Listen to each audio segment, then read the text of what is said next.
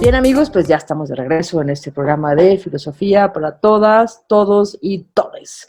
Y bueno, estamos hablando acerca de los movimientos sociales en este contexto, que estamos en el 2020, con el coronavirus y bueno, con todo lo que ha ocurrido durante esta pandemia. Y bueno, pues hace un momento estábamos hablando con Estefan Gandler y con Fernando Huesca, Paulina Flores, sobre lo del significado de estos movimientos sociales y ellos estaban compartiendo que también muestran todas estas contradicciones que tiene el capitalismo y cómo estos movimientos, pues sí son, digamos, pues una respuesta ante todas estas contradicciones, ¿no?, que estamos viviendo.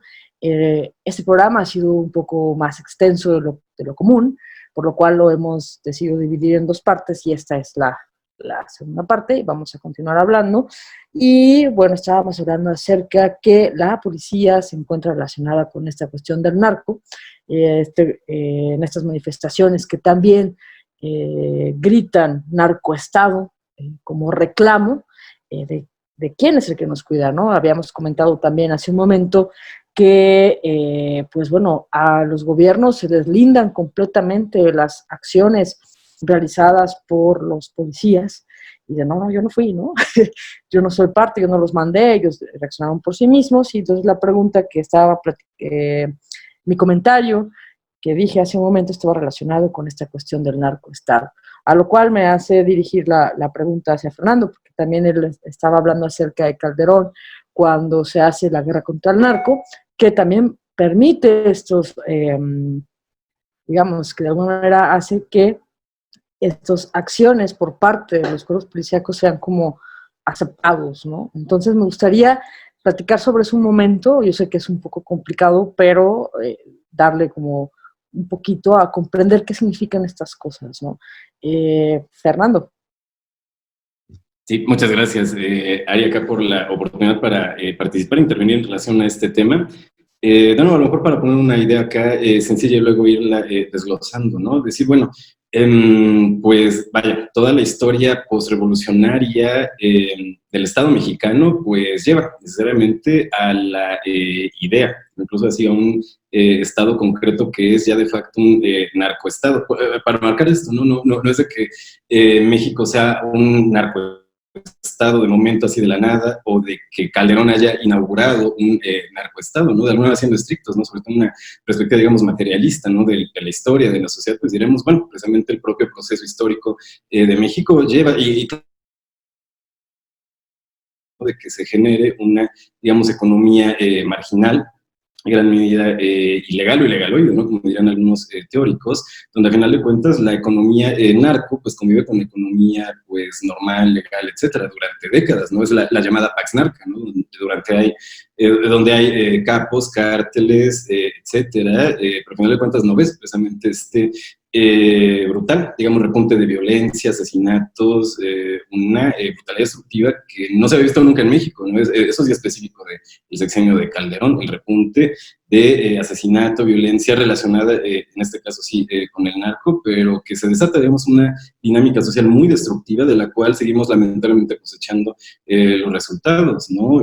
Tal vez lo nuevo, que ya con Calderón es precisamente romper, digamos, como que esta Pax Narca establecida, y básicamente entender el sexenio de Calderón como una, pues sí, guerra del Estado mexicano contra la población civil, y población civil igual en un sentido asimétrico, ¿no? Son sectores marginados, pobres, mujeres, también en gran medida las que sacan la peor parte, digamos, de esta guerra contra el narco, ¿no? Silvestre, pues no es una guerra contra el narco estuvo siempre con el Estado mexicano, es básicamente una guerra contra la sociedad civil y sectores específicos de la sociedad civil. Entonces, bueno, pensar que mucho de la dinámica ya más como totalitaria, abiertamente represora de las autoridades policiales, militares, etcétera, pues sí, pensar que esto obedece a una tendencia que se ha agudizado del 2006 en adelante, pero que claro, digamos, la relación narco y Estado de México pues tiene una historia larga.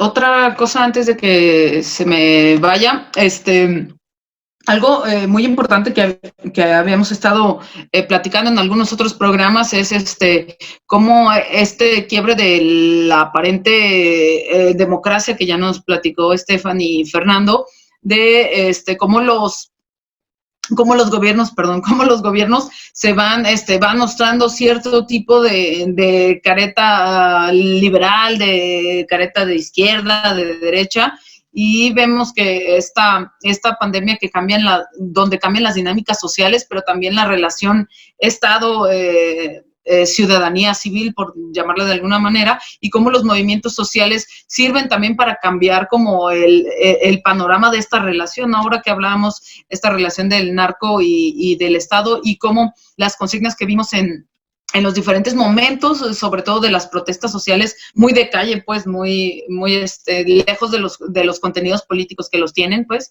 los contenidos políticos duros, vaya, de los comunicados y etcétera, o del fondo que hay en los movimientos sociales, a lo menos en México. Las consignas son muy claras, ¿no? Lo que decía Ariam, de que los manifestantes están gritando fuera el narcoestado, y también vimos que estaban contra la violencia y contra el capitalismo. Se me hizo muy curioso escuchar las consignas. Yo ya estoy viejita, pues, de escuchar las consignas en jóvenes que los entrevistamos un poco y eran de prepa, entrando a la universidad más o menos, y eran las consignas que utilizábamos allá 10 años, 12, 15 años atrás, que tenían que ver contra el capitalismo y contra las políticas autoritarias, ¿no? Y vemos que ahora el panorama de México, bueno, esa es nuestra lectura un poco, que le hemos platicado un montón, pues, aquí en el programa, que pues después de estos gobiernos totalitarios van desmarcándose de como la idea original que tenían, a lo menos en México, de ser movimientos de izquierda, y a mucha gente hasta les dice populistas, y etcétera, pero pues va mostrando su careta más derechosa y más fascista, ¿no? Que es esto de utilizar las fuerzas policiales para reprender los movimientos sociales, y lo vimos pues en algunos otros lugares de Latinoamérica, como en Brasil, en Argentina, en Chile. Vamos viendo que después de estos gobiernos aparentemente de izquierda, de una izquierda muy destrozada y de una izquierda muy extraña, no sé cómo llamarlo en México, y ojalá nos ayuden a pensarlo, una izquierda muy fragmentada, pues vienen los gobiernos de ultraderecha, ¿no? Lo hemos visto en varias partes del mundo, sobre todo en Brasil, ahora que traen hasta la Biblia en la mano. Lo vemos con Donald Trump, que fue a hacer también unos servicios funerarios y a exigir con la Biblia en la mano. Entonces, no sé si sea como un reflejo regular, históricamente Fernando y Estefan nos podrán ayudar en eso, que siempre ha sucedido, ¿no? Los gobiernos de izquierda fragmentada traen una ultraderecha y aceptada socialmente, ¿no? Ahora, todo lo totalitarista y todo lo fascista también de la sociedad, no solamente en los gobiernos, pues son hasta aceptados, ¿no? Que sí, que metan a todos a sus casas con la policía, sí, que les den de balazos. También nos tocó platicar con personas que decían que sí, que estaba bien, ¿no? Que el coronavirus es muy peligroso, entonces hay que meter al ejército que nos meta a las casas a balazos, ¿no? Entonces, y lo dice la población civil, pues, o sea, no el Estado. Entonces, no sé qué piensen de esta careta de autoritarismo, que pues ya se les quitó todo lo de izquierda que tenían. No sé qué nos puedan decir al respecto. Bueno, tal vez digo algo yo.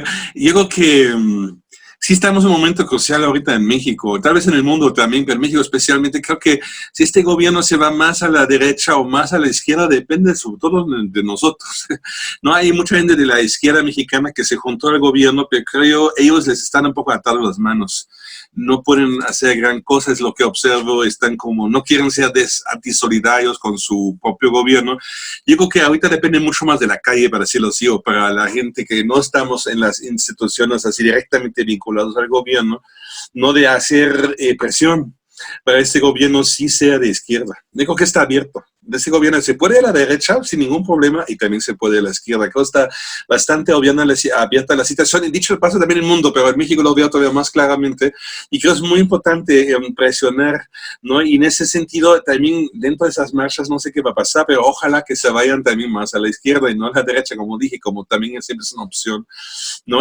Pero me parece muy bien que en Estados Unidos se rescató mucho la parte antirracista, ¿no? Que que y también es muy llamativo en otras marchas, en otras ocasiones parecidas hace unos años, en esas protestas después que un policía blanco mata a una persona negra, casi siempre ha sido sobre todo gente de color, como dicen allá, ¿no? O otras palabras que hoy en día se usan, que protestaron. Hoy en día es un poco diferente. También hay mucha gente blanquita, para decirlo así, que participa en esa. Se me hace una muy buena señal. Sí, es como una solidaridad aún más amplia que en otras ocasiones.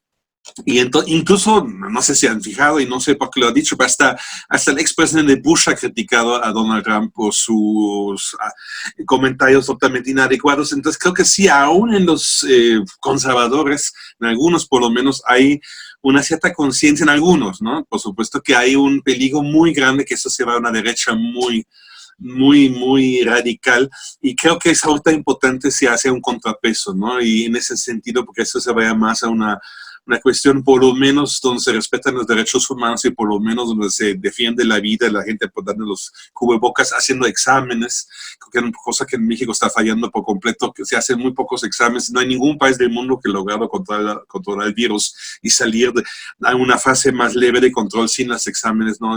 Aquí tiene la fantasía de la curva baja solita, no va a bajar solita, bajan el día que empiezan con exámenes masivos, así ha sido siempre en todos los países. Entonces yo creo que hay que presionar en esa dirección por todos los días que tenemos, ¿no? Y insisto, yo creo que la gente de Morena, ese es un poco el problema que ahorita tenemos. La izquierda mexicana ahorita está muy debilitada porque está en la institución, una gran parte de ella. Esto siempre pasa, cuando la izquierda se va a la institución, se debilita, porque la institución tiene que luchar, digamos, con las fuerzas internas del capitalismo, etcétera, que tratan de parar los procesos. Entonces se vuelve aún más importante aquella parte que no se metió en la institución, ¿no? Porque, insisto, los dentro de la institución solo pueden hacer algo si tienen nuestro apoyo desde afuera, ¿no? Porque sí hay algunos que tratan de hacer cosas de izquierda dentro, pero están totalmente marginalizados y debilitados. Se nota que su influencia es casi nula hoy en día dentro del gobierno. Entonces, pero esto puede cambiar el momento que hay una presión desde la calle, una presión antirracista. Es también en México un aspecto, no se ha mencionado todavía. También creo que en México no hay que subestimar el racismo. No está tan visible como en Estados Unidos, pero no es realmente algo que no existe aquí. El mismo Tren Maya, ¿a quién no le va a afectar? No le afecta a los habitantes blancos de Polanco, ¿no? O de Lomas de Chapultepec, a ellos no les van a expropiar, pero a muchos grupos mayas, ¿no? El tren irónicamente se llama Tren Maya, debería llamarse Tren Antimaya, pero el Tren Antimaya va a hacer que el tren y todo el proyecto, que es mucho más que el tren, va a expropiar a miles y miles de personas y también de ejidos de ellos. Ese es el proyecto principal, un proyecto de expropiación. Entonces, esto hay que tratar de parar. No hay que ser solidarios. Es una lucha antirracista que aquí va también en México, porque sí hay un cierto racismo claramente en el Tren Maya, a lo mejor no formulado, a lo mejor ni siquiera consciente, pero objetivamente es un proyecto racista, ¿no? Que va a afectar mucho a comunidades indígenas y va a favorecer a capitalistas blanquitos. Entonces hay que hacer un movimiento antirracista también en México. Y con esto a lo mejor impulsar los restos de izquierda que creo que sí existen en Morena, porque ellas tengan otra vez más fuerza para así hacer un gobierno verdaderamente de izquierda. Eso es lo que yo como veo ahorita la situación en México. Gracias. Yo apuntaría un par de puntos sencillos, precisamente haciendo eco de lo que ya se mencionó, que el gobierno actual, digamos así, Obrador, el Poder Federal, pueda ser caracterizado como izquierda, digamos, en un sentido sustantivo, pues yo creo que sí está mucho ahí en duda, ¿no? Hay fuertes sospechas, ¿no? De que gran parte de la política pública de Obrador no va, por así decirlo, no en un sentido de izquierda, socialista o incluso socialdemócrata, sino incluso en un sentido que raya con política neoliberal, es decir, de capitalización, de industrialización, de apropiación, digamos, de zonas como recursos naturales, ecosistemas, para, pues, más bien orientarlos hacia la industria o el capital global. Digo, esto, yo diría, siendo estrictos, no es izquierda, por lo menos en ese sentido, tal vez más radical, izquierda socialista, o incluso tal vez a nivel de socialdemocracia alemana, Obrador detrás, por no tener, digamos, como al parecer de momento mucho interés en política salarial o en algo que incida más sustantivamente, ¿no? En sectores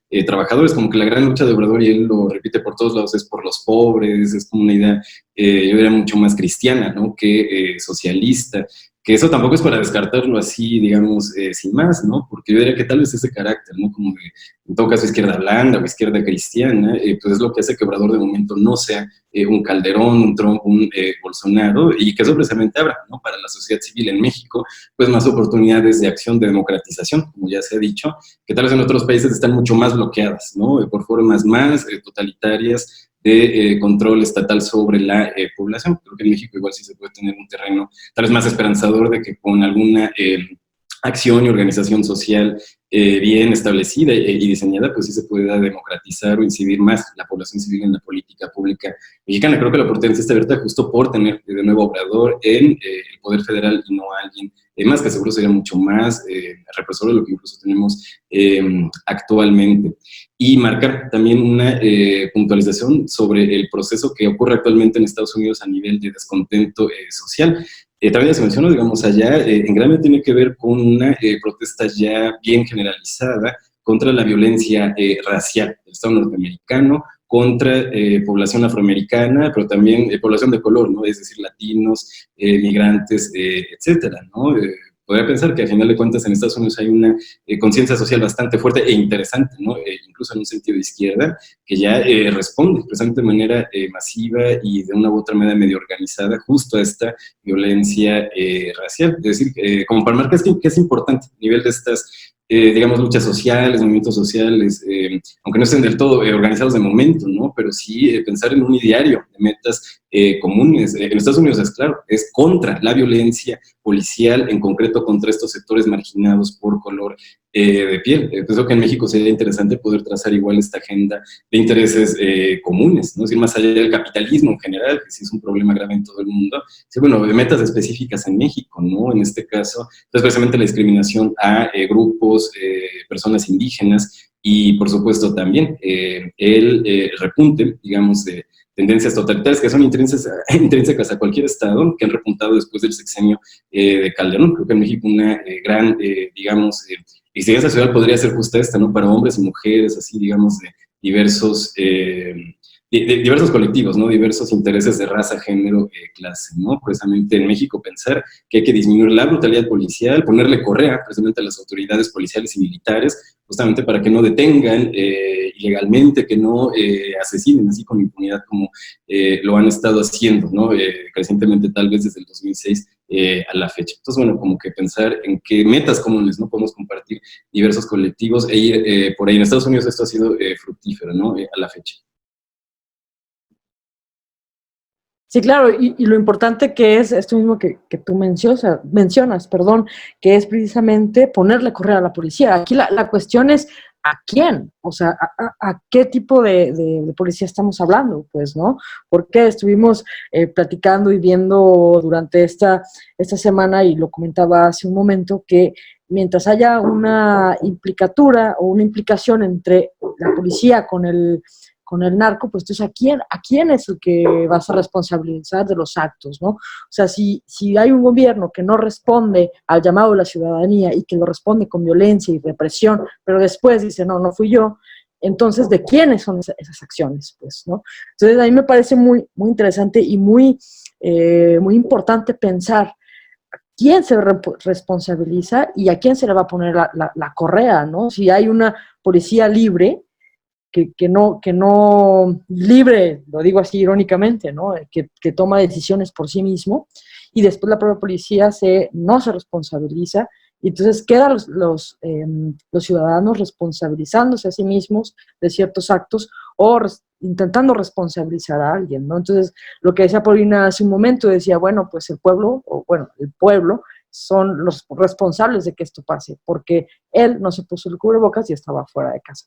Entonces, ahí me parece como bien difícil y complicado, al menos en la situación en México, a falta de estas, no sé si haya falta realmente, o quizás sí, de esta organización, pues, y de estas metas en común. ¿Es contra la violencia o es contra quién? Porque luego también vienen como estas ondas de, no, esto es politizado, ¿no? Lo hizo Morena, ¿no? Por así decirlo. Lo empezó a hacer Morena y por eso se están manifestando, ¿no? Que es lo que aquí se estaba mencionando mucho, que quienes habían cometido estos actos aquí en Guadalajara, que habían incendiado camionetas, pues eran personas que venían de la Ciudad de México, y que les estaba responsabilizando al partido de Morena. Entonces me parece como bien complicado al momento de hablar de esta organización. ¿Contra quién nos unimos? Pues vaya, ¿no? Al principio del programa, en la primera sección, que ustedes pueden seguir escuchando en Spotify, estaba diciendo Gandler, me parece, que hay una pregunta de qué es lo necesario ahora en tiempo de coronavirus. ¿Qué es lo necesario ahorita? Producir autos, producir cubrebocas o producir represión para contener a una ciudadanía, ¿no? O sea, ¿qué es lo necesario? Entonces, sí se me hace como bien complicado y quisiera que me ayudaran a comprender quizás un poquito más, o a lo mejor ya hice un comentario enorme y ya me empecé a perder en la marea del vaivén de las preguntas. Entonces me gustaría si me pudieran ayudar a comprender en esta cuestión de lo necesario en tanto a la represión, pues, o sea, qué tipo de represiones se viven y cómo responsabilizar y cómo unirnos en contra algo específico. No sé si me di a entender.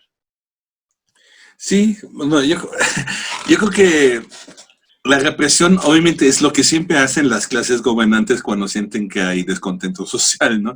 Y ahorita es justo empezando eso, ¿no? En Estados Unidos han detenido cientos, si no miles de personas en las marchas y aquí empieza también eso. Claro, es que ellos no saben cómo reaccionar, pero de todos modos yo creo que por supuesto hay que criticar la represión y luchar en contra de ella. Y hay que criticarla, y más si llega al extremo de que gente muera, pero yo creo al mismo tiempo no hay que cometer el error que a veces se comete de concentrarse demasiado en el tema de la represión policíaca. Yo creo que hay que ver la represión como un fenómeno social más general, ¿no? Y insisto, no es mejor morir como trabajador de la basura de una ciudad porque no me dan cubrebocas o porque me mate un policía. Los dos son responsabilidad del Estado. En los dos casos es difícil demostrarlo. En los dos casos se lavan las manos, por supuesto, pero en los dos casos sí hay una responsabilidad. Y el Estado, digamos, da la cara. En el fondo es la forma de reproducción capitalista, ¿no? La clase realmente gobernante, que obviamente no son los que tienen los cargos, ¿no? Sí son los que toman las decisiones económicas. Entonces yo creo que no hay que perder esto de la vista y hay que también entrar a la lucha ideológica, ¿no? Porque hay alguna paralela muy interesante entre lo que pasó en Guadalajara y también el discurso federal. En los dos casos se quiere individualizar, no la responsabilidad, ¿no? Y en Guadalajara dicen, bueno, si no usas cubrebocas, eres un criminal, es individualizar el problema en vez de hacer una solución social como exámenes, test, ¿no? Mejores hospitales, cubrebocas, etcétera. Y en el gobierno federal hay como este discurso de la corrupción hace que el virus siga más, ¿no? Sean mejores personas, etcétera, que en el fondo ideológicamente es muy parecido. También es individualizar el problema. Ustedes son malas personas, y puesto el virus, ¿no? En vez de decir que es un problema social, donde también el Estado tiene que dar su parte, pero insisto, donde la solución, obviamente, de esto estoy convencido, que es la superar como tú dices, Ari, no el capitalismo, como dicen los chavos en las calles. Por supuesto, mientras haya un sistema represivo y explotador, siempre va a haber pandemia, siempre va a haber mucha gente que muere por razones totalmente ridículas, como un virus que en verdad es bastante inofensivo, este virus. Lo único que tiene, que se pasa muy fácilmente de una persona a la otra, y que no se cuida suficientemente a la gente que se enferma. Si estas dos cosas sería mejor digamos, sería algo que no se obliga a la gente a trabajar en condiciones inaceptables sin protección, que hace que se transmite, y si habría un adecuado cuidado, no habría este virus. No sé si han visto el caso de Nueva Zelanda. Nueva Zelanda tiene la ventaja de ser isla, pero ya han realmente superado el virus. No solamente han aplanado la curva, como dicen aquí supuestamente, sino realmente ya prácticamente no hay casos. Y eso debe ser la política de todos los estados. Hacer que el virus desaparezca, y es relativamente fácil. En una sociedad, si no fuera capitalista, el virus ya no existiera, estoy totalmente seguro, ¿no? Porque habría protección para todos y habría también atención médica adecuada. Es bastante fácil. El virus en sí no es tan peligroso. Peligroso es la forma de reproducción capitalista, esa es la que realmente nos mata, ¿no? Sí, gracias.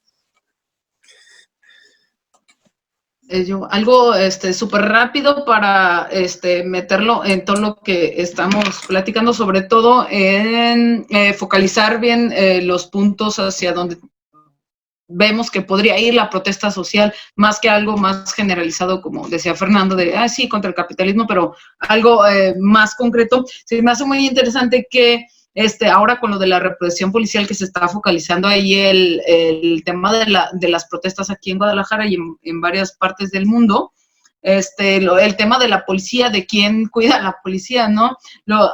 Recuerden que hace algunos meses los movimientos feministas aquí en Guadalajara, al menos, y en CDMX, tenían esa consigna tan interesante que era: la policía no me cuida a mis amigas, ¿no? Que tenía que ver con la represión y las violaciones sexuales de elementos de policía estatal y municipal, si mal no recuerdo también, a mujeres en específico. Y lo que yo vi ahora en este movimiento contra la brutalidad policial es que los grupos de chavos y chavas todavía tienen un discurso sumamente machista y sumamente de derecha. Lo que vi ahí platicando y escuchando consignas y escuchando lo que tenían que decir las personas más jóvenes en las manifestaciones, pues todavía tenían estas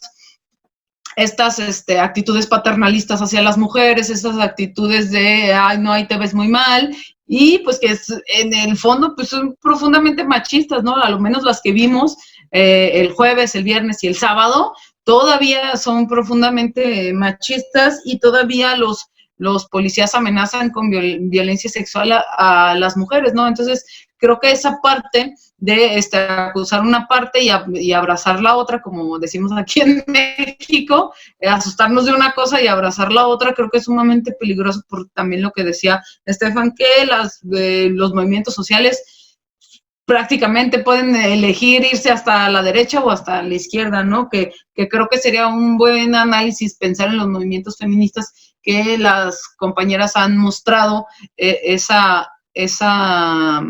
característica, ¿no? De irnos al meollo del asunto, ¿no? Que serían las relaciones profundamente machistas y las relaciones paternalistas que se conectan muy bien con los modelos de producción y los modelos de gobernanza muy, muy totalitarista que están profundamente pensados desde las organizaciones más pequeñas, ¿no? Que comienzan con las familias locales, con cómo nos relacionamos los unos con los otros, que tiene que ver con el machismo. Digo, no sé, porque aquí luego platicamos de eso muchísimo, y sí me gustaría como hacer esa relación de los movimientos sociales, ¿no? Que aunque son de más jóvenes y jóvenes, de todas maneras, son profundamente machistas y racistas, es lo que nos encontramos en las calles. Bueno, a lo menos lo que yo me encontré. Si alguien nos puede decir qué más encontró, pues estaría genial.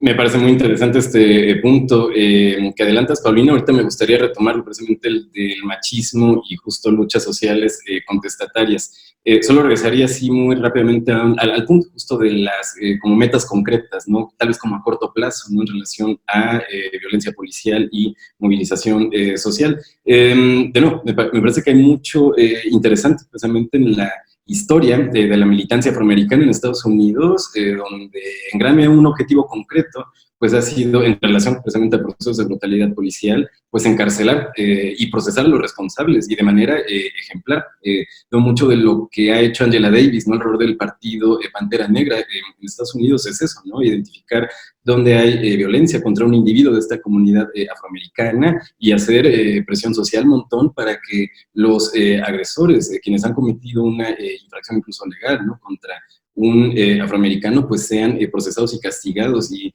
hasta donde tengo entendido esto ha sido bastante fructífero. Es un movimiento igual ya bastante organizado, organizaciones, asociaciones civiles, etcétera, que básicamente de nuevo ya tienen esta meta, ¿no? Identificar dónde hay esta violencia específica hacia sectores ya ahora, ¿no? De colores, precisamente, reprimidos especialmente en Estados Unidos, y de nuevo, acá como que en México me parece que podemos ir como por ese lado. O sea, en el caso de Giovanni, que ya se detuvieron, ¿no? Los responsables, pues vigilar que sean procesados y castigados ejemplarmente, no dejar precisamente en este aspecto quieto, tranquilo al aparato de Estado como para que violente, mate así, con toda impunidad. Entonces, no, o sea, de alguna manera hacer ahí presión, un montón social, desde el periodismo, redes sociales, la calle, todos los medios posibles, ¿no? Asociación civil, etcétera. En este caso con una meta concreta, ¿no? Estos militares o policías que han agredido precisamente a individuos en nuestro país de manera extralegal, ilegítima, injusta, etcétera, que sean procesados y castigados, una como meta tal vez muy concreta. Y definitivamente a nivel más general, pues está justo el tema del capital, igual como ya Estefan ha insistido en esto, ¿no? Donde se suma, me parece también muy relevantemente el tema del machismo y la violencia patriarcal, por así decirlo, ¿no? Desde una perspectiva de izquierda, yo diría en este sentido marxista, comunista, ¿no? A lo mejor de los términos, ¿no? Pues no deja de lado precisamente la manera en la cual, en este caso, ¿no? Sectores sociales como las mujeres o ahora, digamos, identidades de género alternativas, no solo heteronormadas, etcétera, como a final de cuentas, también conforme funciona la reproducción del capital, también funciona la reproducción de represión justamente hacia la mujer o, de nuevo, alguna identidad de género distinta de la heterosexual, como para pensar, a final de cuentas, ¿no? Haciendo eco, de nuevo, de Davis y de Marcuse, lo mismo, que va igual, así como una lucha contra el capital, la falta de democracia en los procesos económicos, también un proyecto de izquierda radical necesita una lucha antipatriarcal, una lucha antimachista, ¿no? Donde cada, digamos, agente militante, radical, que se suma a una lucha emancipatoria, pues también tenga en cuenta, ¿no? El patriarcado y la violencia de género como un problema grave que va junto con el capital, ¿no? De nuevo, Angela Davis, raza, género, clase, todo esto va junto, ¿no? También tenerlo en cuenta, ¿no? Yo diría como para las luchas sociales en nuestro país. Sí, bien, bueno. Vamos. Bueno, si quieres, sí, vamos a ir a un corte y enseguida regresamos.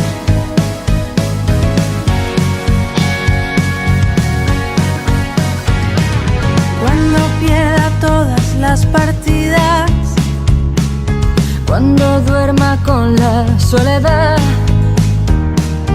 cuando se me cierren las salidas y la noche no me deje en paz, cuando sienta miedo del silencio, cuando cueste mantenerme en pie, cuando se revelen los recuerdos y me pongan contra la pared, resistiré, erguida frente a todo, me volveré de hierro para endurecer la piel. Y aunque los vientos de la vida soplen fuerte, soy como el junco que se dobla, pero siempre sigue en pie. Resistiré para seguir viviendo, soportaré los golpes y jamás me rendiré. Y aunque los sueños se me rompan en pedazos, resistiré, resistiré.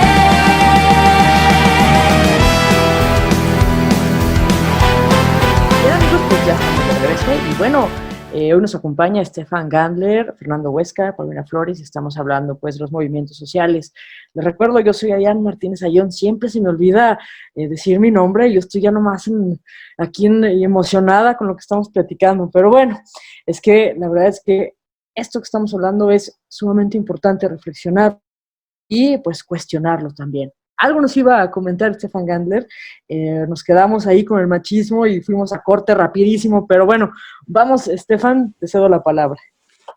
Muchas gracias. Sí, eso es lo que Fernando y Paulina y tú, Ari, dijeron. Nada más quería mencionar, estoy de acuerdo, ¿no? Que hay un problema que rebasa, digamos, incluso las clases altas y también los gobiernos y el Estado, que es un problema social, ¿no? Estoy de acuerdo con lo que se mencionó, que, ¿no?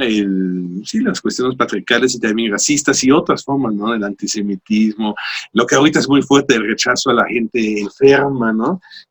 Como ustedes saben, hasta había gente que han sido asesinadas o porque se pensaba que podrían estar enfermos o transmitir el virus por ser enfermeras, ¿no? En Coahuila, etcétera. No, todo eso son algo típico de nuestra sociedad. Y yo creo que justo el último punto, todavía no lo hemos mencionado, ¿no? Esta extraña idea que ser enfermo es algo malo y ser, ¿no? Como mala persona, ¿no? Y ser sano es buena persona, ¿no? Como, insisto, lo piensa mucho en la gente y los mismos gobernantes lo dicen, por lo menos el presidente de la República lo dijo y es peligrosísimo, ¿no? Esta ideología es muy peligrosa, es de derecha, eso sí, de extrema derecha, hacer culpable a la gente por su enfermedad, ¿no? Entonces yo creo que ahí es absurdo, ¿no? Esto lleva obviamente directamente a la exclusión y y llama, prácticamente invita a la gente a perseguir a los otros. Entonces yo creo que sí estamos en una situación muy problemática, pero insisto, es un problema social, ¿no? Sería demasiado fácil decir que solo son los presidentes o los capitalistas o los copresidentes municipales o los partidos. Realmente es algo, y pues es tan difícil de superar, lo que está desde hace muchísimo tiempo en las sociedades, ¿no? En el caso del racismo, por lo menos desde la esclavitud. Y la cuestión misógina, patriarcal, seguramente esto aún, no sé, tal vez más vieja, aunque la esclavitud misma es más vieja, ahorita pensé en la moderna, pero en la esclavitud también antigua, muy vieja. Entonces yo creo que sí hay que lograr también ideológicamente superar eso, ¿no? Que logra en la sociedad un cambio de actitud, ¿no? Lo que tú dijiste, Paulina, que hasta en las marchas, las actitudes como machistas, ¿no? Entonces, creo que ese es tal vez el punto más importante en todo eso, pero insisto, como había en las marchas de Estados Unidos una participación de gente llamada blanca muy grande, siento que a lo mejor está pasando algo, no estoy seguro, por lo menos en el punto del racismo, ¿no? Yo creo que hay que retomar eso, ¿no? Esa se me hace una buena señal, ¿no? Pues si no hubieran pasado cosas así, pensaría que sí estamos ya en un peligro muy grande y ya nos hace un nuevo fascismo, pero yo, como dije hace rato, creo que sí está abierta toda la situación, sí hay como una posibilidad que se vaya a la derecha, pero también hay como elementos, también la gente joven que mencionaste, que pueden ser muy ingenuos, bueno, en el mejor de los casos, ¿no? En lo que mencionaste, Paulina, y retomar viejos esquemas de exclusión y de menosprecio, etcétera, pero a lo mejor también al mismo tiempo, ¿no? Como dijiste, en los movimientos feministas, en las chavas que toman la Facultad de Filosofía y Letras, la UNAM, etcétera, y en el apoyo que recibieron, sí hay también una esperanza de una toma de conciencia de que sí hay que superar esas formas sociales de sentirse superior uno al otro, ¿no? Pero yo creo que si esto se lograría ahorita sería una maravilla, pero sería muy importante organizar el debate con esa perspectiva, ¿no? No solamente decir que son los policías, y no lo digo para defenderlos, no los gobiernos, y tampoco lo digo para defenderlos, pero insisto, ¿por qué fueron elegidos estos gobiernos? Porque mucha gente, como ustedes dijeron, está de acuerdo con la represión, está de acuerdo con la exclusión, pues habría que luchar ideológicamente, en el campo ideológico, también en contra de esas formas nefastas de pensar, ¿no? Y de actuar. Sí, esto quiero decir.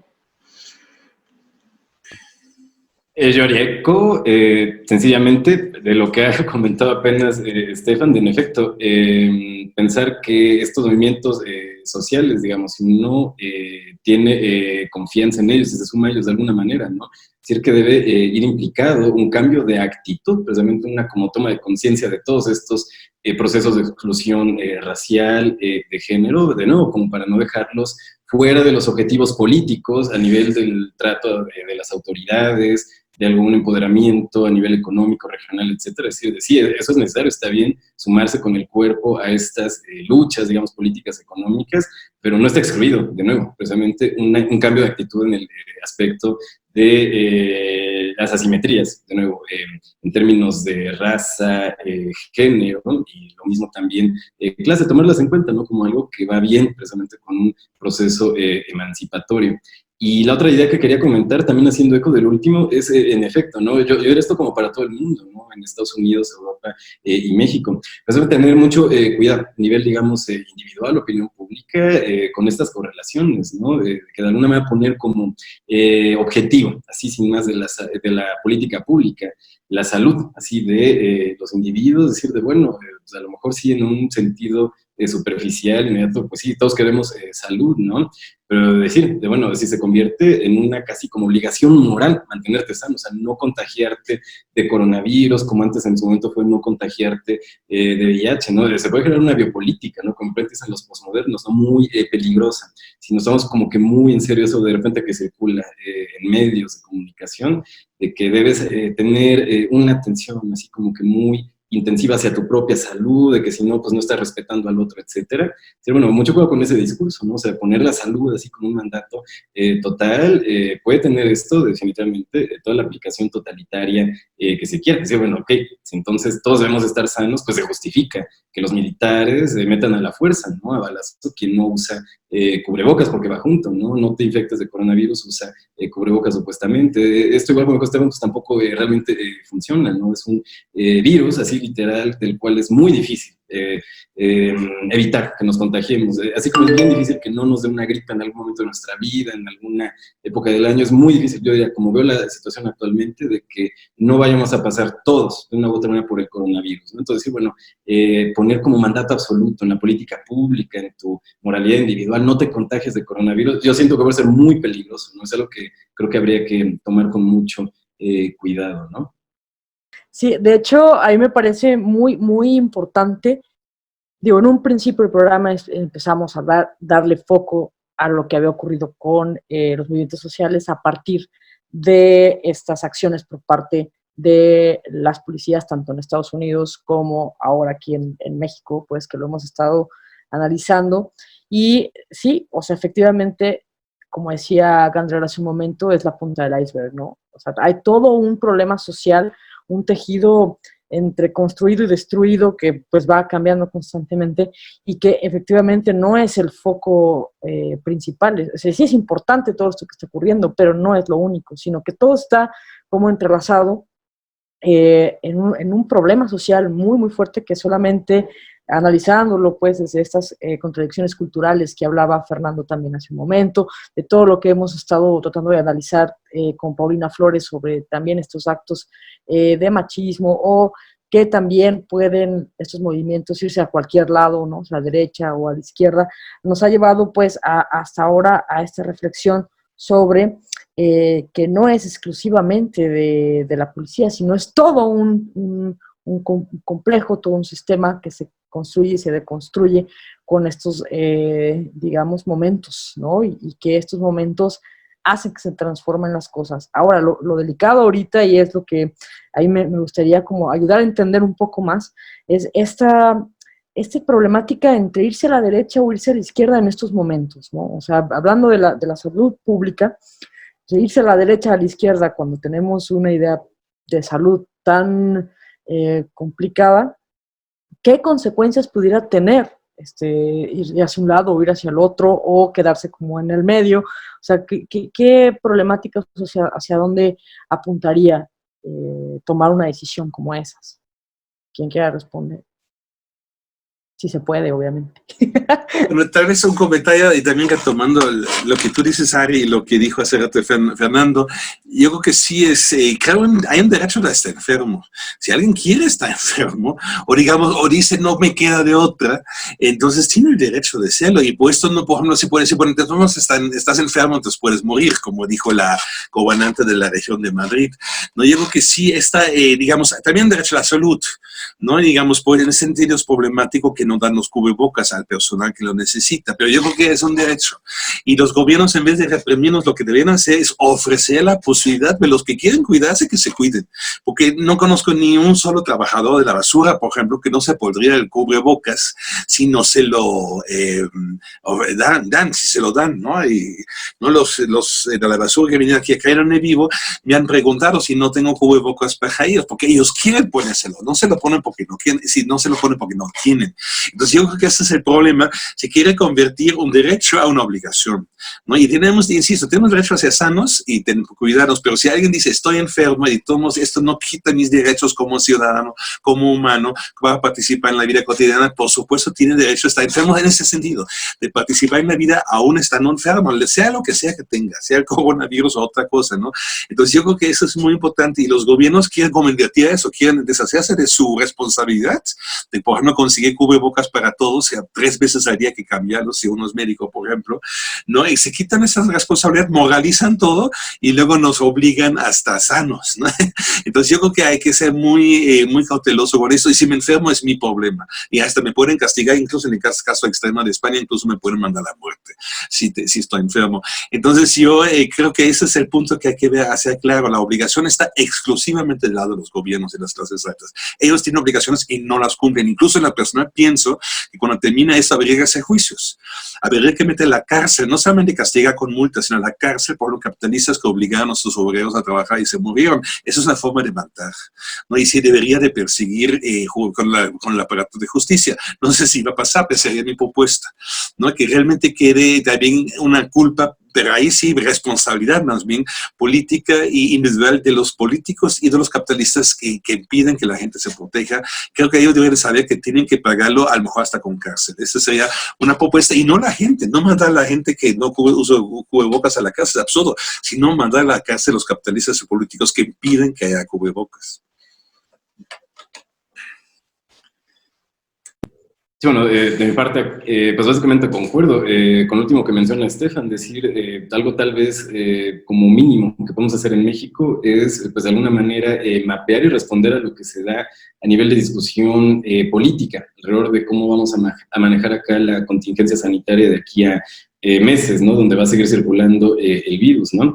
Se está pensando, ¿no? Bueno, esto es lo que yo veo en redes o en periódicos, ¿no? Que de momento hay un ataque brutal de la derecha mexicana a Obrador y a este subsecretario de Salud, Gatell, digamos, sin entrar ahorita como que en detalles, ¿no? De qué han hecho bien, qué han hecho mal las autoridades del gobierno federal, decir, bueno, evidentemente ahorita sí hay una intentona casi golpista justo de este sector de derecha, donde sigue estando ahí este nefasto Calderón, su esposa, etcétera, donde buscan a toda costa, con redes, con Twitter, fake news, bots, como puedan, tumbar la credibilidad política de Obrador y en este caso de las autoridades sanitarias de México. Entonces también yo diría como que estar atentos precisamente de cómo va la lógica táctica de la derecha, precisamente en relación en este caso al COVID, creo que sí vale la pena, ¿no? Contestar, enfrentarse precisamente a esta intentona golpista de la derecha, un poco hablando hacia la opinión pública con otros datos, otras informaciones, otros conceptos, ¿no? Pero también una como tarea táctica, de momento yo diría, ¿no? Mapear y contrarrestar esta intentona golpista de la derecha mexicana.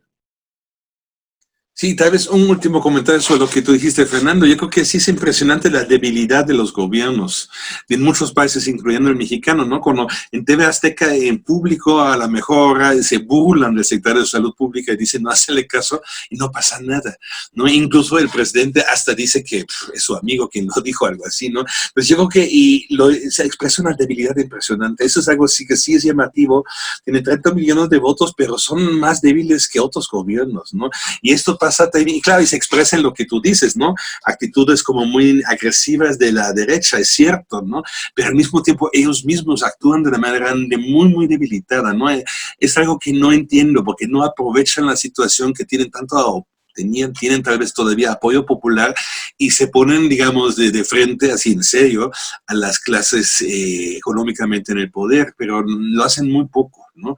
No sé si no pueden, ellos mismos dicen que no pueden más que eso, pero evidentemente si no pueden o no quieren, pero es impresionante la debilidad, pero insisto, eso es algo que menciono México porque estamos acá, pero pasa en esto en todos los países, ¿no? En todos los países del mundo podemos observar una debilidad muy grande de los estados, no solamente de los gobiernos, de los estados. Se expresan estas actitudes débiles de los gobernantes que no pueden dar la cara a los capitalistas de manera suficiente, por lo menos, y también se expresa en la debilidad de la salud pública, ¿no? Que es muy débil y no sabe comportarse de manera adecuada al virus, ¿no? Creo que en el fondo es el mismo problema, ¿no? El capitalismo es tan avanzado hoy en día que ya los únicos que tienen todavía libertad de decisión son los capitalistas, ¿no? Y todos los otros, aunque tengan 30 millones de votos, ya no hacen en verdad, ya no tienen margen de operación. No digo tanto para defenderlos y tampoco para acusarlos, simplemente para describir objetivamente qué está pasando, ¿no? En verdad, los gobiernos y los estados están desapareciendo, ¿no? Y se expresa, digamos, en la desaparición de la salud pública, y se expresa que hay capitalistas en México como Salinas Pliego que simplemente no hizo caso a las indicaciones y no pasó nada, ¿no? Entonces, Donald Trump, y obviamente no es para defender a Donald Trump, pero Donald Trump también trató de negociar con la General Motors si pueden, en vez de producir coches, producir máquinas, ¿no? Respiradoras artificiales, mecánicos, y nunca más se supo más de eso, ¿no? Supuestamente hicieron un acuerdo, pero nunca jamás se habló del tema, que es una mala señal. Lo que quiero decir, y insisto, no es para defender a los políticos, pero sí hay que estar claro que hay una tendencia hacia la desaparición del Estado, y lo que tú dijiste, Ari, y también Paulina, ¿quién es, regresando al tema de la represión, quién es el responsable detrás de la policía? Que pasa algo parecido. El Estado ha perdido en gran parte el control de sus propios policías, ¿no? Y los controlan, por ejemplo, grupos de narcos les dan órdenes, o otros grupos, ¿no? O en México querían cerrar un call center donde trabajaban para Electra, ¿no? Y simplemente sí llegó entonces la policía, los quitó y al día siguiente estaban otra vez ahí, ¿no? Y entonces no había una capacidad del Estado de imponerse y cerrar pagar el changarro, digamos, cuando era obviamente ilegal que estaba trabajando. Entonces es algo que está observando. Estamos en una situación de descomposición de los estados que a su vez deberían de representar la voluntad popular en frente de los capitalistas y no lo logran. Creo que sí estamos en un proceso de plena descomposición, ¿no? Y en ese sentido los gobiernos pierden el control de los policías, porque no creo que hayan dado una orden mate tal persona, no creo. Más bien realmente perdieron el control, ¿no? Y insisto, no es para defenderlos, pero creo que cuando ellos dicen yo ni tuvo que ver, ni pudo impedirlo, habla muy mal de ellos. Es como que tengo un policía y no lo puedo controlar. Si quieren lavar las manos, pero más bien dan una muy mala imagen de decir tengo una policía que está totalmente fuera de mi propio control, y eso creo que es un problema muy grave que habría que ver cómo se resuelve, obviamente no con autoritarismo, sino frenando el autoritarismo de los capitalistas. Esa es la función del Estado, frenar el autoritarismo objetivamente existente del capitalismo, y esa función ningún Estado del mundo hoy en día está cumpliendo, creo. Sí, gracias. Bien, vamos a ir a un corte y enseguida regresamos. Vamos a...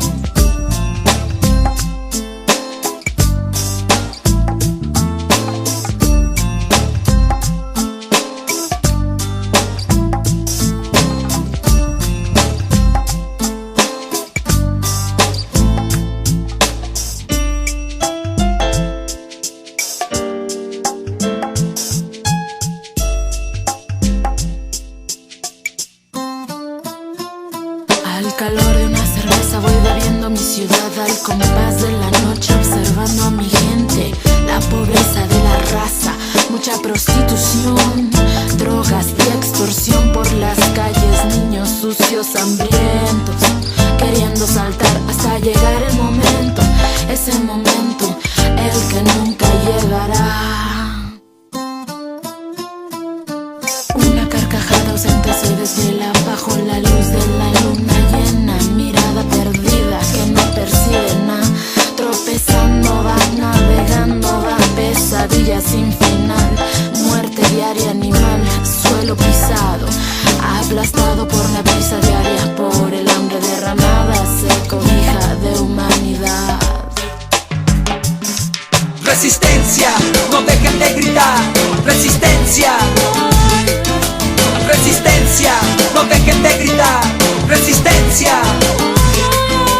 Resistencia en el campo, resistencia en la ciudad, y la sangre se derrama por allá, por acá. Niños muriendo de hambre, México arde, y son las grietas de unos tiempos que van.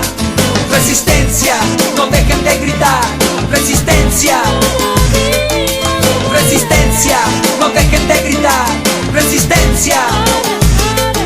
En la acera de enfrente, un indigente quiere vivir, saltar, cantar, comer, gozar, como tú, como yo, como cualquiera, como mi gato que viene y va, viene y va. Y seguimos resistiendo, ya nunca nos podrán humillar ni acabarnos.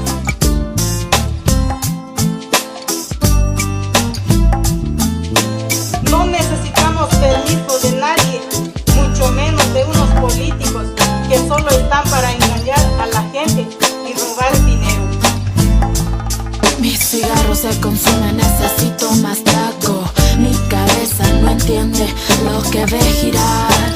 Mira, estoy perdida, enloquecida de tanto buscar y no encontrar respuestas, salidas, alguna señal en mi camino.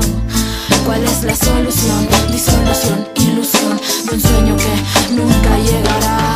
Resistencia, no dejen de gritar, resistencia.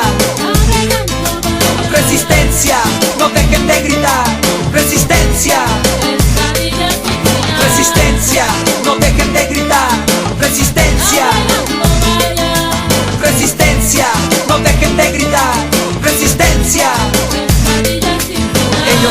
Ellos son los que chingan la nación, los que no entienden y no escuchan este son. Ellos son, no somos uno, ni somos 100, pinche gobierno, cuéntanos bien. Resistencia, no dejen de gritar, resistencia.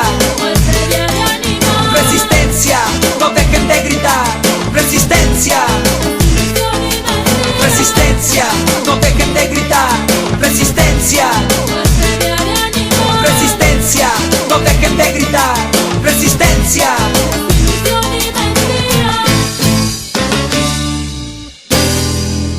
Con la rabia y el dolor. Con la rabia y el dolor. Tú no estás comprando nada, el asfalto te consume las entrañas. Oye, mira, nunca dejes de gritar. Con la rabia y el dolor. Con la rabia y el dolor. Bien, amigos, pues ya estamos de regreso y este es nuestro último espacio para seguir conversando con Stefan Gander y Fernando Huesca, también con Paulina Flores, que ya la conocen, que es súper famosa, ya la conocen en todos lados. Y pues bueno, nada, pues vamos a esta parte que es, puedes ir platicado. Estamos hablando acerca de los movimientos sociales y cuál es el panorama que tenemos, que pinta a partir de lo que ocurrió con los movimientos sociales de Estados Unidos, aquí en México, y todo esto a raíz de todas estas cuestiones del coronavirus que también nos tienen en estas problemáticas de la salud, que hace rato mencionaba Gander, la salud obligatoria, ¿no? Que tiene toda una cuestión que analizar. Y pues bien, pues le cedo la palabra a Fernando, si quieres, para ir terminando este programa, si quieres mandar alguna conclusión específica, si tienes alguna, y si no, alguna pregunta que nos dejes para reflexionarla y pues seguir participando con la reflexión sobre ello. Y por supuesto, para quienes nos escuchan y nos ven en Facebook, YouTube, Spotify, que ya saben que estamos en todos lados, pues también que puedan participar. Muchas gracias, Ari y Paulina, por la invitación a este programa y por poder aquí pues compartir una que otra idea en lo que nos junta aquí, precisamente pues el contexto global y regional muy problemático, ¿no? En relación precisamente a la violencia policial, violencia de género y la pandemia, ¿no? Ahorita se juntan muchas cosas y creo que sí, es una excelente ocasión pues para precisamente compartir ideas de cara al público y tener retroalimentación entre todos, ¿no? Serían, yo creo que como que mis últimos comentarios, en el tiempo de que, bueno, obviamente, de nuevo, como que mandato a la salud o salud obligatoria es una idea nazi, así, literal en su raíz, la vida no apta, ¿no? Como concepto de la política nazi, me parece, o sea, perfectamente tendría una continuidad si actualmente se pusiera como lema absoluto, de nuevo, de la moralidad individual o de la política de los estados, evitar que la gente se contagie de este virus. Definitivamente daría, me parece, un montón de terreno para práctica totalitaria, más totalitaria de la que ya vemos, ¿no? Entonces, bueno, ahí tener mucho cuidado de no caer como que en este miedo, de repente, al que llevan pues los más media.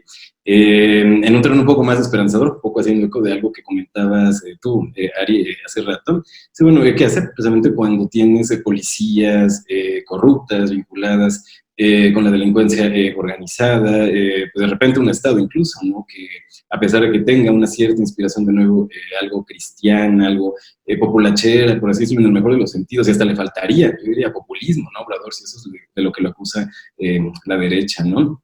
Entonces, bueno, o sea, no es tan como favorable, me parece, una perspectiva emancipatoria de género, incluso tal vez de clase o de raza, lo que tiene de momento el gobierno federal. O sea, yo diría, no, o sea, no está dando tal vez como que terreno, precisamente estas como luchas para que participen dentro del Estado, sino que tiene una u otra relación hostil de diferente magnitud, ¿no? A estas luchas, raza, género, tal vez incluso clase, ¿no? Clase trabajadora. Pero de nuevo, tampoco es como para tirar la toalla, es decir, tampoco tendrías que esperar que del Estado al gobierno, ¿no? Que se diga de izquierda, viniera la solución total, definitivamente, ¿no? Yo apuntaría más bien como a colectivos, algo así como organizaciones, pues en gran medida extra institucionales, marginales, ¿no? No operando necesariamente dentro de las instituciones del Estado, sino más bien en la calle, fuera, bueno, sobre la idea de colectivos o colectivas, ¿no? Creo que por ahí va, me parece una buena oportunidad de acción, digamos, para diferentes grupos en situación de riesgo o de opresión, precisamente por la violencia policial de género, etcétera, ir por ahí, digamos, tejer redes extra institucionales como para compartir saberes, experiencias e incluso tácticas, ¿no? Las redes sociales actualmente nos permiten esto, o sea, conectar lo que ocurre en un lado del país con otro, y por ejemplo, ¿no? Lo que nos comparte Paulina sobre la situación en Guadalajara es muy relevante, lo que en Puebla no lo escuchamos del todo, y definitivamente, pues sí, es importante como para enriquecer la perspectiva teórica para alimentar una pues, praxis democrática, ¿no? En un sentido muy amplio. Entonces yo diría, va por ahí, dejamos redes extrainstitucionales, conectémonos de manera global usando estas tecnologías y pues juntémonos, ¿no? Diversas luchas marginales, tal vez podemos hacer mella, ¿no? Precisamente en el sistema represor. Gandler. Sí, bueno, también voy a hacer entonces, tratar de hacer un comentario final. Y yo creo que hay que tratar de evitar, ¿no? Ciertos errores, como ya hemos dicho, en las actuales luchas, y que una manera muy buena de intentar de no repetir errores es justo un poco el conocimiento histórico, ¿no? Y retomar las experiencias históricas, en este caso especialmente del fascismo, ¿no? Que había diferentes variantes primero en los 30s, 40s en Europa, y luego de alguna manera también aquí en América Latina, las dictaduras militares, ¿no? Como en Pinochet, Chile es muy visible la relación directa con los nazis, que muchos fueron allá a ayudar a reprimir justamente al gobierno dictatorial. Entonces, yo creo que sí habría que aprender un poco la experiencia del fascismo, y creo que ahí el problema principal en la época del fascismo era, por lo menos en Europa, que la izquierda no supo reaccionar de manera adecuada, ¿no? Porque los fascistas no tuvieron discursos tan bien hechos ni eran tan fuertes, pero había una debilidad en la izquierda muy grande, y ahí el punto central, bueno, ahí estoy de acuerdo con Maltavini, él diría que el punto central de la debilidad ideológica y filosófica de la izquierda era su fijación ingenua en el progreso, que se pensaba que con el progreso se resuelve todo. Y ahí está implícito el concepto de salud, ¿no? Pero la gente saludable, la que tiene fuerza y no corre rápido, son aquellos que van al progreso, mientras los enfermos se quedan un poco atrás, ¿no? Son más lentos, frenan. Entonces yo creo que este concepto de progreso hay que destruirlo. Es un concepto de derecha, no es un concepto de izquierda como falsamente se piensa muchas veces. Es un concepto que solo convierte a las clases altas y a los capitalistas, ¿no? Y justo ese es un problema que en muchos de los gobiernos izquierdistas que había y hay en América Latina cometen este mismo error. Otras piensan que el progreso está de su lado, y claro que no, el de su lado no está el progreso. El progreso siempre está al lado de la derecha y siempre está del lado de los capitalistas, y creo que esto es algo que hay que tener en mente con las actuales luchas, ¿no? Insisto, regresando al tema de la salud, etcétera, por supuesto existe el derecho a frenar. Existe el derecho a ser lento, existe el derecho de no ser productivo, existe el derecho insisto, de estar en la cama aunque sea un año porque está enfermo, ¿no? Estas enfermedades se han vuelto tan graves, y eso pasa justo con el virus, porque la gente quiere ser productiva, quiere avanzar. Si la gente a partir del primer día que sienten dolor de cabeza, ¿no? En vez de tomar una medicina contra el dolor de cabeza, se quedan en su casa, habría muchísimo menos casos de coronavirus. Justo esta actitud de seguir trabajando porque me obligan, a pesar que me siento mal, eso es ¿verdad? Una de las razones principales porque se ha, digamos, repartido y tan rápidamente el virus, ¿no? Entonces, para que vean, ¿no? El virus es justamente la expresión como más física del progreso, ¿no? Trabajar aunque no pueda, descansar solo cuando ya no me queda de otra, no cuando siento que tengo que descansar. Yo creo que esto que hay que desde la izquierda tenemos que entender que esas actitudes de ser muy chambeadores y muy progresistas y muy dirigidos hacia el futuro es justo nos hace aliados sin darnos cuenta de los capitalistas, ¿no? Y esto pasa a las personas de la vida cotidiana y también pasa a los gobiernos que se autoperciben de izquierda. Entonces yo creo que habría que romper con eso, ¿no? Con la ideología de la salud, con la ideología de la velocidad, con la ideología de la productividad y con la ideología del progreso. Y que esto también implica, por ejemplo, el patriarcado, ¿no? El machismo, porque se perciben las mujeres cuando están embarazadas, porque son un poco menos productivas en la fábrica, como improductivas, ¿no? Etcétera, etcétera. Digamos, todo hay, y es más amplio, ¿no? No solamente es el embarazo, pero también el patriarcado y el machismo tienen que ver con esta ideología progresista y productivista.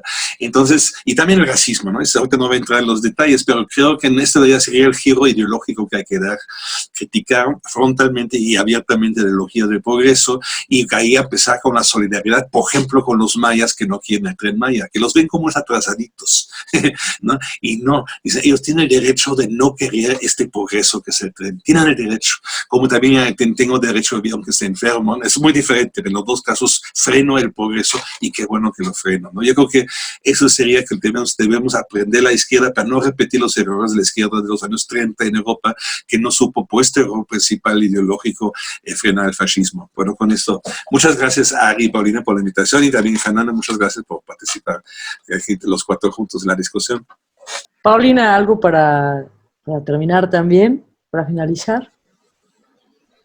Pues no, luego ya dijimos un montón de cosas, pero a nosotros que nos escuchan seguido, pero me deja un buen sabor de boca lo que nos comparte Estefan y Fernando, porque yo soy muy pesimista, siempre ya me han escuchado de, no, ya no se puede hacer nada, pero a lo mejor cambiando estas perspectivas de la idea de progreso y otra vez regresar a los primeros principios del derecho A, ¿no? Que ahora es tan famoso, que los gobiernos ahora estamos pensando como el estado de excepción, ¿no? Ahora ya no tenemos derechos, yo decido por ti, ¿no? Que tiene que ver con las situaciones paternalistas y machistas del Estado. Pero les agradezco un montón que hayamos podido estar aquí y no, mejor así lo dejamos abierto con que sí se pueden hacer ciertas cosas desde la calle, porque luego yo soy muy pesimista, pero qué bueno que pudieron estar acá con nosotros.